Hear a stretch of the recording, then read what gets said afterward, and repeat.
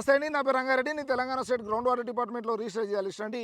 చూడండి, ఇక్కడ కనపడుతున్న ఈ బోరు సిద్దిపేట జిల్లా చేరేల మండలం రాంపూర్ అనే గ్రామంలో చంద్రం అనే రైతుకు మేము సర్వే చేసిన ల్యాండ్ అండి.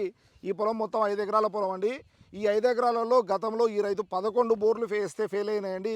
11 బోర్లు ఫెయిల్ అయిన పొలంలో కూడా ఒక జియాలిస్ట్గా నేను వెళ్ళి అక్కడ అతనికి 2.5 ఇంచుల దాకా నీళ్ళు ఇచ్చానండి. ఈ బోర్లో మొత్తం మేము 330 ఫీట్లు రికమెండ్ చేశామండి.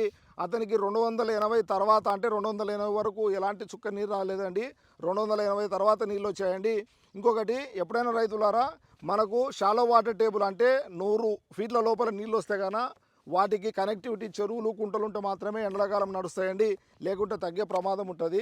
కానీ రైతుకు అదృష్టవశాత్తు 280 వాటర్ వచ్చింది కాబట్టి ఎండాకాలం కూడా తగ్గే అవకాశం ఉండదండి. ఇంకొకటి, ఇతను చేసిన ఒక చిన్న పొరపాటు ఏంటంటే, డ్రిల్లింగ్ టైంలో మేము మొత్తం 330 ఫీట్లు ఖచ్చితంగా వేయాలని రికమెండ్ చేసామండి. ఎందుకంటే అతనికి 250 ఫీట్ల తర్వాత 330 ఫీట్ల మధ్యలోనే గ్యాపులు ఉన్నాయి. కానీ అతనికి 280 ఫీట్ల నీళ్ళు వచ్చిన తర్వాత నీళ్ళు బాగా వచ్చినాయి కదా అని ఆ డ్రిల్లర్ చెప్పి లోపలికి వెళితే ఇంకా డ్రై గ్యాప్ వచ్చే అవకాశాలు ఉంటాయని చెప్పి అతను 300 ఫీట్లకే బోరు బంద్ చేశారంటే అలా చేయొద్దండి ఎప్పుడు కూడా. ఎందుకంటే 300 తర్వాత 330 ఫీట్ల మధ్యన కూడా ఇతనికి నీళ్లు పెరిగే అవకాశం ఉంది. సో జియాలిస్ట్లను సంప్రదించినప్పుడు ఖచ్చితంగా వాళ్ళు చెప్పిన రికమెండెడ్ డెప్త్ ఖచ్చితంగా వేయాలండి. అంతకంటే ఎక్కువ వేయొద్దండి, అంతకంటే తక్కువ వేయకూడదు.